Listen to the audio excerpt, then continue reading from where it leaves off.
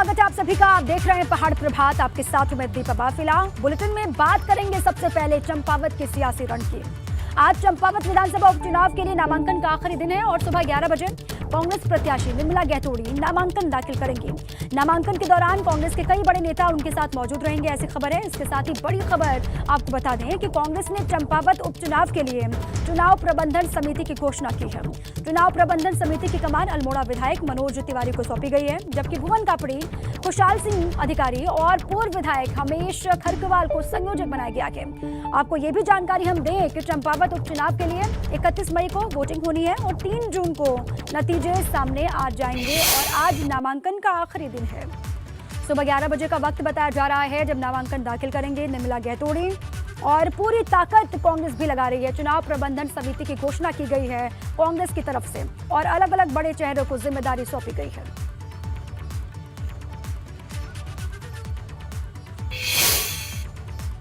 निर्मला गहतोड़ी आज अपना नामांकन दाखिल करने वाली हैं। निर्मला से खास बातचीत की है हमारे संवाददाता पंकज राणा ने। चंपावत से कांग्रेस प्रत्याशी निर्मला गहतोड़ी जी हमारे साथ में हैं। 11 तारीख को नॉमिनेशन करेंगी, उससे पहले किस तरह की तैयारियां हैं उनसे बातचीत करते हैं। निर्मला जी, कब नॉमिनेशन कर रहे हैं आप? 11 को। मुख्यमंत्री जी का रोड शो आपने देखा होगा, आज सुना भी होगा। भीड़ कैसी लगी आपको? भीड़ थी उसमें या क्या था? ऐसा ना देखो, आपने पहले ही कह दिया मुख्यमंत्री जी का रोड शो, आपने नाम ही मुख्यमंत्री ले लिया, इसके माने सरकार का रोड शो। आप एक बात मुझे ये बताओ भैया, बहुत बड़ा रोड शो किया, क्योंकि भाई जिसके पास सब कुछ है, बाहुबली धनबली सब लोग हैं, तो उनका रोड शो बहुत बड़ी बात नहीं होती, क्योंकि मुख्यमंत्री अपने आप में ही रोड शो है। भाजपा के लोग ये कह रहे हैं कि मुख्यमंत्री के सामने निर्मला गहतोड़ी जी मजबूत कैंडिडेट नहीं है कांग्रेस की, तो आप क्या मजबूत किस हिसाब से नहीं है? आप एक बात बताओ, वो जाने किस हिसाब से नहीं है। वो ABP के अध्यक्ष हुआ करते थे, ये क्या कहते पुष्कर धामी जी, मैं कांग्रेस की जिला अध्यक्ष थी, मैं उस समय से कांग्रेस में जुड़ी हूँ। मैं किस चीज़ में कमज़ोर हूँ? एक चीज़ में मैं कमज़ोर हूँ, मैं खनन की ठेकेदार नहीं हूँ, मेरा कोई गलत धंधा नहीं है, मैं शिक्षक परिवार की हूँ, मेरे बच्चे अपनी जगह में वेल सेटल्ड हैं और मैंने एक उनको संस्कार दिए हैं और उन संस्कारों में मेरा आज है कि ये कितना ही मुझे न डिगा सकते हैं न झुका सकते हैं, ये क्यों डर रहे हैं इतना। और जैसे ये कहते हैं कि कमज़ोर है, भैया जब मेरी पार्टी ने देखा होगा इतना बड़ा प्रदेश है, इतने बड़े लोग हैं, जब ये खटीमा हार के आए, दूसरा भी तो यहाँ आ सकता था लड़ने, उन्होंने निर्मला गहतोड़ी को एक इनके टक्कर की समझा, तब मुझे ये सम्मान दिया है और मुझे गर्व है। मैं कहीं से कहीं तक इससे कमज़ोर नहीं। आप चलिए इसी पर बातचीत कर लेते हैं और जानकारी लेते हैं। हमारे साथ रवि कैंतुरा जुड़ चुके हैं देहरादून से, सीधे उन्हीं का रुख कर लेते हैं। रवि, देखिए आज नॉमिनेशन का आखिरी दिन है और सुबह 11 बजे नॉमिनेशन फाइल करते हुए निर्मला गहतोड़ी दिखाई देंगे। कांग्रेस ने चुनाव प्रबंधन समिति का भी ऐलान किया है, घोषणा की है, इसको लेकर क्या जानकारी है और इस वक्त निर्मला गहतोड़ी कहाँ पर मौजूद है? वो चंपावत में ही है या फिर देहरादून में है? रवि बिल्कुल, देखिए निर्मला गहतोड़ी आज चंपावत में है और 11 बजे अपना नॉमिनेशन करेंगी। आज नॉमिनेशन की आखिरी तारीख भी है और ऐसे में कांग्रेस ने जिस तरीके से चुनाव प्रबंधन समिति का गठन कर लिया है, जिम्मेदारियां दे दी हैं, ऐसे में लग रहा है कि कांग्रेस इस चुनाव को गंभीरता के साथ लड़ना चाहती है और महिला प्रत्याशी पर इस बार कांग्रेस ने विश्वास जताया है। ऐसे में आज जो प्रदेश स्तरीय बड़े नेता हैं वो चंपावत में रहेंगे। आज नॉमिनेशन के दौरान वो निर्मला गहतोड़ी के साथ वहाँ पर साथ होंगे। ऐसे में बात करें तो पूर्व मुख्यमंत्री हरीश रावत, नेता प्रतिपक्ष यशपाल आर्य, उप नेता प्रतिपक्ष भुवन कापड़ी और प्रदेश अध्यक्ष करण मारा सहित तमाम जो बड़े नेता हैं वो वहां पर मौजूद रहेंगे। हिमेश खरकवाल जो कि इस विधानसभा में चुनाव लड़े हैं कांग्रेस के टिकट पर, वो भी आज नॉमिनेशन के दौरान वहां पर मौजूद रहेंगे। इसके साथ ही अगर हम बात करें तो खुशहाल सिंह अधिकारी और मनोज तिवारी, इन तमाम लोगों को बहुत महत्वपूर्ण जिम्मेदारियां दी गई हैं कि वो चंपावत के इस रण में कांग्रेस को मजबूत करने का काम करें और साथ ही साथ निर्मला गहतोड़ी के साथ पूरे चुनावी प्रचार में साथ रहें और जो चंपावत की जनता है उसकी नब्ज टटोलने का काम भी करे, क्योंकि इस बार कांग्रेस महंगाई, बेरोजगारी, इन तमाम मुद्दों को लेकर इस उपचुनाव में रहेगी। साथ ही धामी सरकार 2.0 का जो कार्यकाल रहा अभी तक का, उस दौरान क्या कुछ काम हुए हैं और क्या कुछ काम नहीं हुए हैं, 4 धाम यात्रा चल रही है, कुछ जो अव्यवस्थाएं हैं, इन तमाम चीज़ों को लेकर कांग्रेस इस बार इस उपचुनाव को में बड़े मुद्दे बनाएगी। और आज यहाँ पर जो है नॉमिनेशन जब हो जाएगा तो उसके बाद सीधे तौर पर जो स्टार प्रचारक है कांग्रेस के भी, वो स्टार प्रचारक हर रोज अपने इस क्षेत्र के लिए वहां पर जो है प्रचार करेंगे निर्मला गहतोड़ी के पक्ष में और कोशिश करेंगे कि इस बार इस चुनाव को चुनाव लड़ रही है, ये दावा भी कर रही है और उस दावे की झलक आज जब नामांकन दाखिल करने के लिए पहुंचेंगी निर्मला गैतोड़ी तो उस वक्त भी दिखाई देगी। ठीक है रवि, आप रहिए हमारे साथ, आगे भी तमाम बड़ी खबरें जिन पर आपसे जानकारी लेंगे। इस खबर पर लगातार हमारी भी नजर टिकी हुई है। वहीं चंपावत उपचुनाव के लिए भाजपा जोर शोर से तैयारी कर रही है। इसी कड़ी में भाजपा ने चंपावत उपचुनाव के लिए स्टार प्रचारकों की सूची जारी कर दी है और इस सूची में सीएम योगी आदित्यनाथ का नाम शामिल है। उत्तर प्रदेश के मुख्यमंत्री योगी आदित्यनाथ का स्टार प्रचारकों की लिस्ट में नाम है और साथ ही साथ केंद्रीय मंत्री अनुराग ठाकुर भी लिस्ट में शुमार हैं। स्मृति ईरानी का नाम भी है और दुष्यंत गौतम जो कि प्रदेश प्रभारी भी हैं उनका नाम है। रेखा वर्मा, मदन कौशिक भी स्टार प्रचारकों की लिस्ट में शुमार हैं।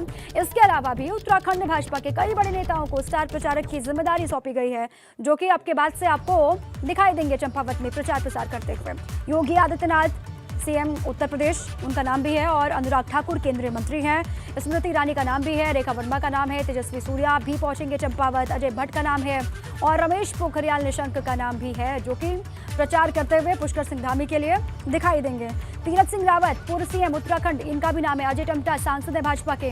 अनिल बलूनी राज्यसभा के सांसद हैं, मीडिया प्रभारी भी हैं और नरेश बंसल राज्यसभा के सांसद हैं। इनकी भी मौजूदगी होगी चंपावत में जो कि जाकर के प्रचार करेंगे। विजय बहुगुणा, त्रिवेंद्र सिंह रावत, कैलाश गैतोड़ी,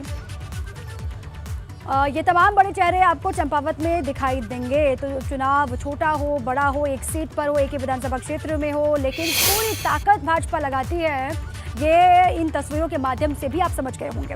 आपको भाजपा के कुछ स्टार प्रचारकों की भी सूची बता देते हैं जिनका नाम सामने आ गया है। कौन कौन से वो नाम है देखिए। दुष्यंत गौतम प्रभारी हैं उत्तराखंड भाजपा के, इनका नाम शामिल है। रेखा वर्मा का भी नाम है, सह प्रभारी हैं और इसके अलावा मदन कौशिक प्रदेश अध्यक्ष हैं भाजपा के उत्तराखंड में, इनका भी नाम शामिल है और इसके अलावा स्मृति ईरानी केंद्रीय मंत्री हैं, वो भी प्रचार करते हुए नजर आएंगे। योगी आदित्यनाथ का नाम है, सीएम उत्तर प्रदेश, ये भी मौजूद रहेंगे चंपावत में।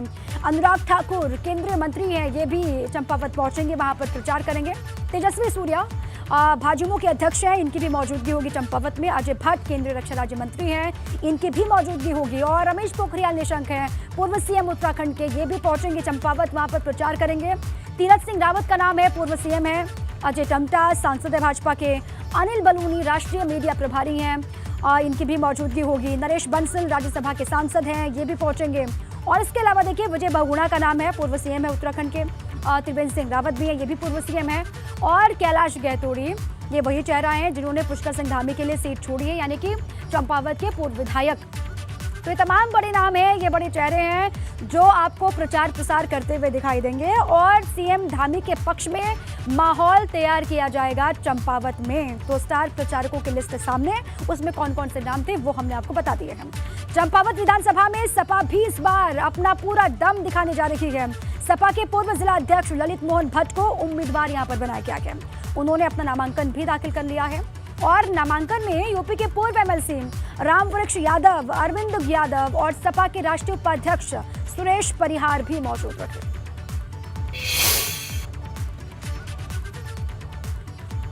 देखिए जब नॉमिनेशन फाइल करने के लिए पहुंचे तो उस वक्त की तस्वीर है। कांग्रेस और भाजपा ने पहले ही उम्मीदवार का ऐलान किया, उसके बाद अब समाजवादी पार्टी भी एक्टिव यहां पर दिखाई दे रही है। उम्मीदवार का ऐलान कर दिया और नामांकन भी दाखिल कर लिया है सपा के उम्मीदवार ने।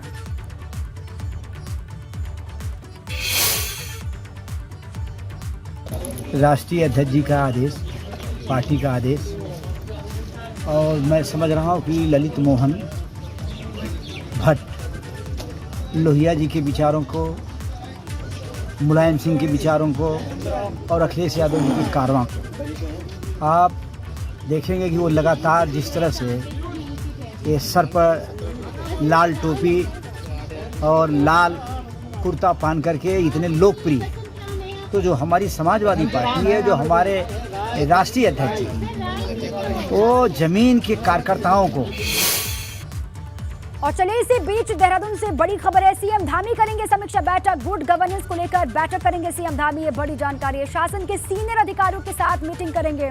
वीर चंद्र सिंह गढ़वाली सभागार में ये मीटिंग होनी है। बड़ी जानकारी आपके सामने, दोपहर 12:30 बजे का वक्त बताया जा रहा है। मीटिंग की शुरुआत होगी। सीएम धामी समीक्षा बैठक करने वाले हैं अधिकारियों के साथ में, और ये जो बैठक होगी वो गुड गवर्नेंस को लेकर होगी।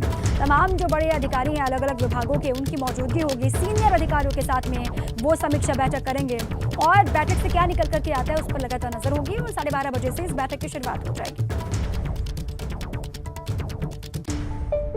और चलिए और जानकारी लेते हैं। हमारे साथी रवि कैंतुरा लगातार बने हुए देहरादून से, उन्हीं के पास आपको लिए चलते हैं। रवि, आज 12:30 बजे इस बैठक की शुरुआत हो जाएगी और ये कहा जा रहा है कि गुड गवर्नेंस को लेकर ही ये समीक्षा बैठक होनी है। क्या जानकारी आपके पास?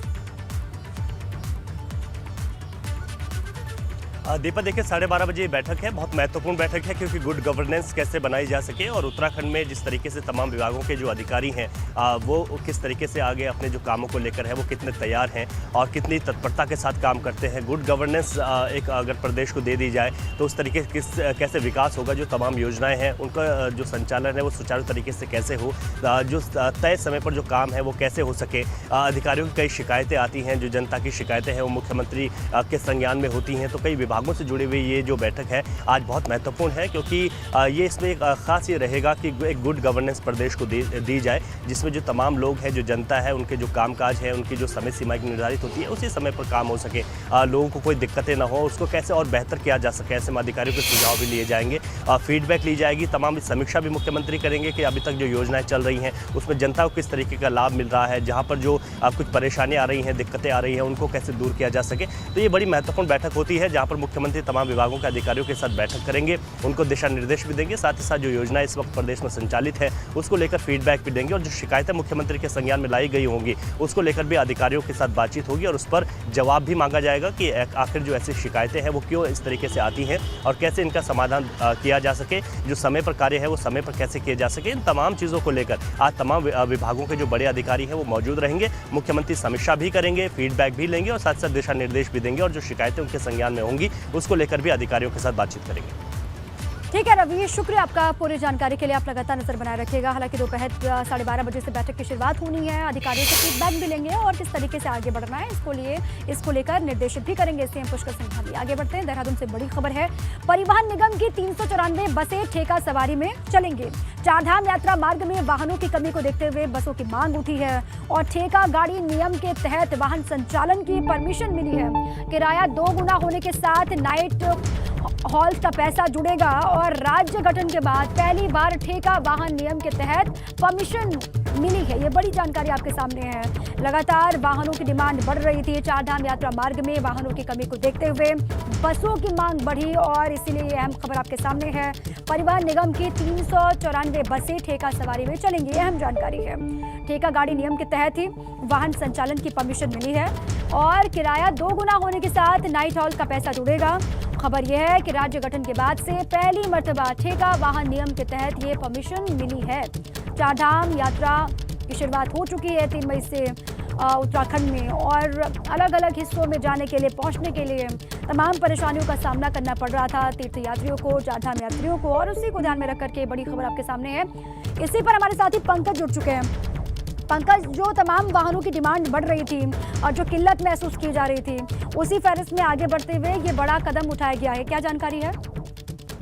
बिल्कुल, देखिए परिवहन विभाग ने तकरीबन 400 के करीब बसों को ठेका प्रथा पर दे दिया है। ये बसें अब ठेके के माध्यम से चलाई जाएंगी, क्योंकि परिवहन निगम पहले से ही घाटी में चल रहा था। तो ये क्योंकि यात्रियों की संख्या ही बहुत ज्यादा बढ़ रही है, तमाम जो उत्तराखंड के रोडवेज अड्डे हैं वहाँ पर तमाम यात्री रोडवेज बसों की बुकिंग के लिए, प्राइवेट टैक्सी की बुकिंग के लिए दर दर भटक रहे हैं। और खासकर अगर हम ऋषिकेश की, हरिद्वार की और देहरादून की बात करें तो यहाँ जो संख्या है लोगों की बहुत ज्यादा यहाँ पर बढ़ गई है। इसीलिए परिवहन निगम ने अपनी तकरीबन 394 बसों को ठेका प्रथा पर देने की अनुमति जारी कर दी है। शासन से इसका आदेश जारी हो चुका है। इसमें बस यात्रियों को 1.5 गुना किराया इसमें ज्यादा देना होगा, क्योंकि ठेके के माध्यम से जो पेट्रोल डीजल के दाम बढ़े हैं उसकी वजह से जो ठेकेदार हैं उन्होंने किराए में बढ़ोतरी की है। लेकिन इसमें एक सवाल ये भी है दीपा, देखिए, क्योंकि परिवहन निगम अपने माध्यम से इन बसों का संचालन कर सकता था, लेकिन क्योंकि परिवहन विभाग के पास तमाम व्यवस्थाएं नहीं है, बसों में ड्राइवर की संख्या बहुत कम है, उसके अलावा मेंटेनेंस को लेकर भी कई तरह की दिक्कतें रहती हैं, तो इसीलिए ये सभी बसें अब ठेके के रूप में दी गई है। यहाँ पर यात्री अपने तौर पर बुकिंग करा के बस को ले जा सकते हैं और उस पर चारधाम यात्रा भी कर सकेंगे। शुक्रिया पंकज जानकारी के लिए। देखिए, चारधाम यात्रा को शुरू हुए अभी एक हफ्ता ही बीता है, लेकिन अव्यवस्थाएं अभी से चुभने लगी हैं। बीते 6 दिन में ही 20 यात्रियों की जान यहां पर चली गई है। और हैरान करने वाली बात यह है कि जिस वक्त चारधाम यात्रा चल रही है उस वक्त में पर्यटन मंत्री प्रदेश में नहीं है। सतपाल महाराज इन दिनों दुबई में हैं।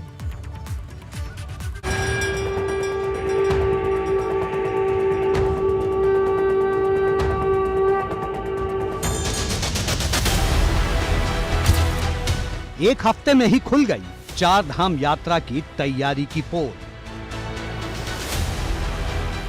मुसीबत में चारधाम के यात्री, दुबई में हैं पर्यटन मंत्री। चारधाम यात्रा को शुरू हुए एक हफ्ता भी नहीं बीता और अव्यवस्थाओं का अंबार लग गया है। इसका उदाहरण है एक हफ्ते में 20 यात्रियों की मौत। ये मौतें सरकार और सिस्टम दोनों पर सवाल खड़े करती हैं। 3 मई से चारधाम यात्रा की शुरुआत हुई थी। यात्रा शुरू होने के 6 दिन के भीतर ही यात्रा पर आने वाले 20 यात्रियों की मौत हो गई। गंगोत्री और यमुनोत्री में 14 यात्रियों की मौत हुई है, जबकि केदारनाथ में 5 और बद्रीनाथ धाम में 1 यात्री की जान गई है। बीमार और बुजुर्ग लोगों पर ये यात्रा बेहद भारी पड़ रही है। चारधाम यात्रा हर वर्ष होती है, हर बार आती है और हर बार 2-4 तारीखें आगे पीछे छोड़ करके समय लगभग वही होता है। और आलम यह है कि पिछले 1 सप्ताह में चारधाम यात्रा में 20 यात्रियों की अलग अलग कारणों से मृत्यु हो गई है। और अव्यवस्थाओं का इतना बोलबाला है कि सिस्टम पूरी काहिली का शिकार हो रहा है और मॉनिटरिंग करने वाला कोई नहीं रह गया। हाल बदहाल है और जिस मंत्री पर इसकी पूरी जिम्मेदारी है वो दुबई में है। सतपाल महाराज उत्तराखंड में पर्यटन और PWD जैसे विभाग संभालते हैं। ये दोनों ऐसे विभाग हैं जिसकी जिम्मेदारी चारधाम यात्रा के दौरान बढ़ जाती है, लेकिन वो फिलहाल विदेश की यात्रा कर रहे हैं। अब कांग्रेस चुभते हुए सवाल उठा रही है। जहाँ पर बर्फ आई हुई है, पूरी ग्लेशियर्स आए हुए हैं, वहाँ पर रेलिंग्स टूटी हैं। जो रेलिंग्स ठीक इस यात्रा से पहले ठीक हो जानी चाहिए थी ताकि कोई एक्सीडेंट ना हो। पिछले वर्ष ही आपको याद होगा एक लड़की की जान चली गई थी गिर के। और वहाँ पर अभी भी मैं देख रहा हूँ जिस तरीके से खच्चर दौड़ रहे हैं, व्यवस्था नहीं है, उससे यात्रियों को बहुत असुविधा हो रही है। चारधाम यात्रा में 20 लोगों की मौत के बाद उत्तराखंड के स्वास्थ्य विभाग में हड़कंप मच गया, क्योंकि इसकी रिपोर्ट तो अब PMO ने भी मांगी है। सवाल चारों ओर से उठे तो सरकार ने रिव्यू मीटिंग बुलाई और कई सख्त फैसले लिए। अब यात्रियों की संख्या बढ़ाने के साथ साथ रजिस्ट्रेशन जरूरी किया जाएगा, जिसे अभी तक नजरअंदाज किया जा रहा था। इसके अलावा चारधाम पर आने वाले यात्रियों की निर्धारित संख्या में 1,000 का इजाफा भी होगा। ABP गंगा के लिए अजीत सिंह राठी की रिपोर्ट। बड़ी खबर है कि उत्तराखंड में लोगों को एक बार फिर से लग सकता है महंगी बिजली का झटका। प्रदेश में बिजली दरें 12.5% बढ़ाने का प्रस्ताव है। UPCL की बोर्ड बैठक में प्रस्ताव पास कर दिया गया। महंगी बिजली खरीदने के चलते UPCL पर वित्तीय भार और UPCL पर हर महीने 300 करोड़ का वित्तीय भार बढ़ रहा है।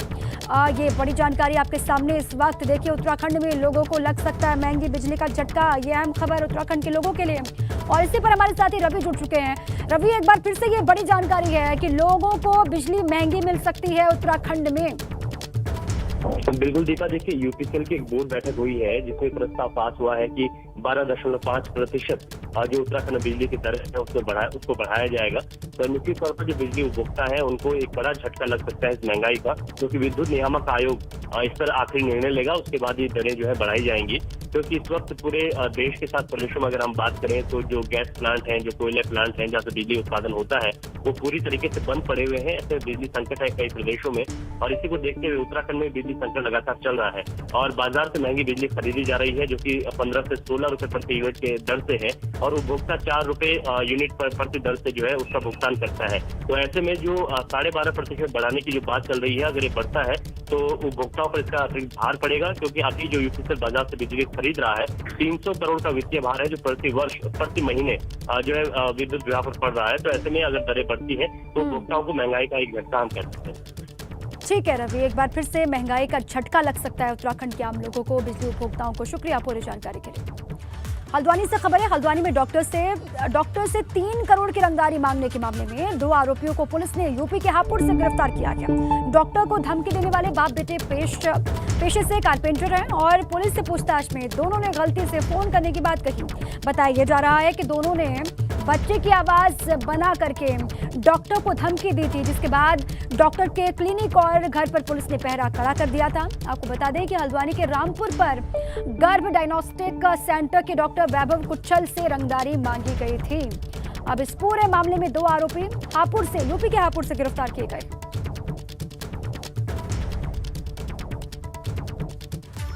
बात उत्तरकाशी की करते हैं। उत्तरकाशी में बारिश की वजह से बाढ़ जैसे हालात पैदा हो गए हैं, हालात बन गए हैं। जिला मुख्यालय की बात अगर करें तो कई रास्तों और नेशनल हाईवे पर पानी भर गया है। बरसात ने नगर पालिका प्रशासन की पोल किस कदर खोलकर सामने रख दी है। तस्वीरें देखिए आप, गंगोत्री नेशनल हाईवे पर भी पानी भर गया है। जगह जगह बारिश किस तरीके से आफत बन रही है उत्तरकाशी के लोगों के लिए, और नगर पालिका प्रशासन की जो पोल है वो भी इन तस्वीरों से खुल जाती है। आईटीबीपी में 13 असिस्टेंट कमांडेंट मेडिकल ऑफिसर आज बल की मुख्यधारा में शामिल होंगे और मसूरी में आईटीबीपी के परेड ग्राउंड में पासिंग आउट परेड का आयोजन किया जाएगा। इस कार्यक्रम में एडीजी आईटीबीपी अमृत मोहन प्रसाद बतौर मुख्य अतिथि शामिल होंगे, ऐसी जानकारी है। और 13 असिस्टेंट कमांडेंट आईटीबीपी बल से जुड़ेंगे आज का मौका बहुत खास है और अमृत मोहन प्रसाद होंगे शामिल, आईटीबीपी एडीजी हैं।